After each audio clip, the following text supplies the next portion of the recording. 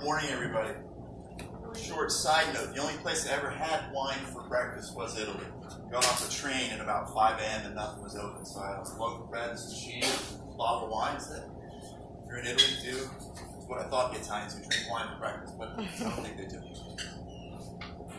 Every week, at least one time a week, for the last 22 years, I do a workshop, and I explain what is health.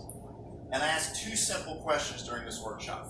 How many people want to be healthy? If they raise a hand, everybody raises their hand. They all want to be healthy, if they're awake. Again, I've been doing this for 22 years. The next question I ask, a very simple question, but I get a lot of blank stares. This question is, what is health? You all want it. Well, what is it? And they both kind of look at it. And so I say, in goal setting 101, you got to know what you want. You got to define it. You got to, the clearer the picture you make, the more likely you are to reach your goal. So if your goal is to be healthy, then you need to be able to define it. You just look blankly. They say, we're not going to leave until we get some answers. So people raise their hands. The number one answer I've been getting for 22 years is feeling good. When you feel good, you're healthy. That makes sense. They're in a chiropractor's office. They want to feel better. But can you have cancer and feel great? The answer is yes. You don't feel cancer growing in your body. Can you feel great today and have a heart attack tomorrow? Yes. So then feeling good is not a definition of health, nor an indicator of health. So what is health? Second most popular answer I get is, well, if I'm not sick, then I must be healthy. It's kind of the, I'll tell you what it's not, and then that's what it is. It's not really a definition of health. Number 4, 5, and 6 are a tie. I get it. Well, eating well, that's health. It's not health. Exercising, that's health. That's not health. Not a lot of stress. That's not health. Those are things you do to get healthy. But what's health? World Health Organization says that health is optimal function physically, emotionally, and socially, and not merely the absence of sickness or disease. It's interesting. They define it with a negative. It's not merely the absence of sickness or disease. I challenge you to find, I'll buy breakfast for somebody who can find a word defined in the dictionary that's defined by a negative. But they know that so many people think if I'm not sick, I must be healthy. So let's go back to answer number 2.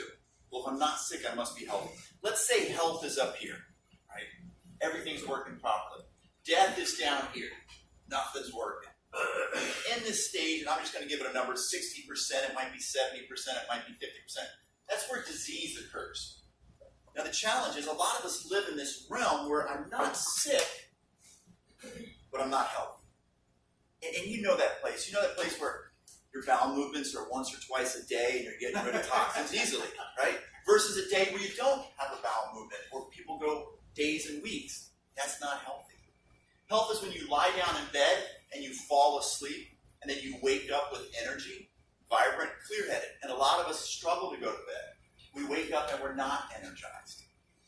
Somebody coughs or sneezes in a room, and you're like, I got to get away from them because I catch everything that's in the room. That's not healthy. That's not optimal function. Optimal function is your nervous system destroys cancer every day. Optimal function is your body fights off viruses and diseases like the measles, the mumps, the flu, polio. These diseases are dangerous to less than 1%, and they're destructive. But for the 99% of people who are in this realm of health, these are challenges for your nervous system and immune system that actually you're better off having experienced if you're healthy. So the goal of healthcare is, how do we increase function up to here and stop living in this state? Well, as we get worse and worse and worse, we get into a dis-ease, lack of ease. And in this dis-ease state, we typically go to doctors and we get recommended a medication.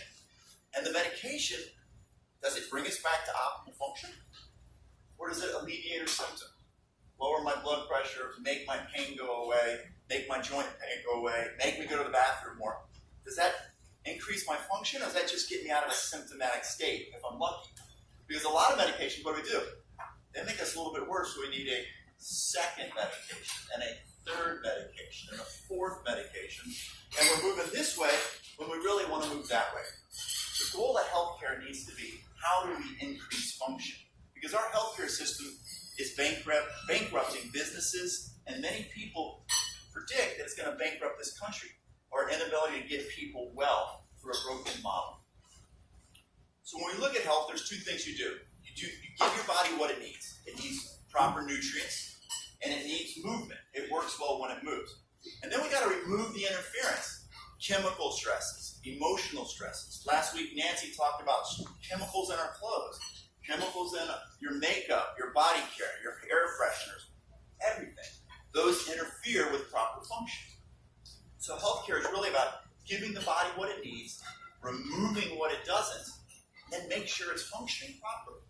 Well, on page 5 of Gray's Anatomy, it says this. It says, your nervous system is the system that controls and coordinates all systems of the body and relates you to the environment. So your nervous system controls what's going on the inside, how well your digestion is, how well your hormones are, how well your muscle spasm is, blood pressure, whatever, and relates to the environment. So if my nervous system's not right, I'm not relating to my friends, my associates, my business colleagues in a proper way. So if we want to increase function, we have to address the nervous system and see how it's functioning. In my experience, there's really only one doctor in our healthcare system that addresses the nervous system, whose goal is not to repair a damage from a broken neck or a broken back, but to increase function of the brain and the body. And those are chiropractors. Okay? This is why I see chiropractors at the forefront of healthcare, because we address the nervous system. We don't address symptoms, but we want to increase function so that you work properly. So with that information, I want you guys to just think about it.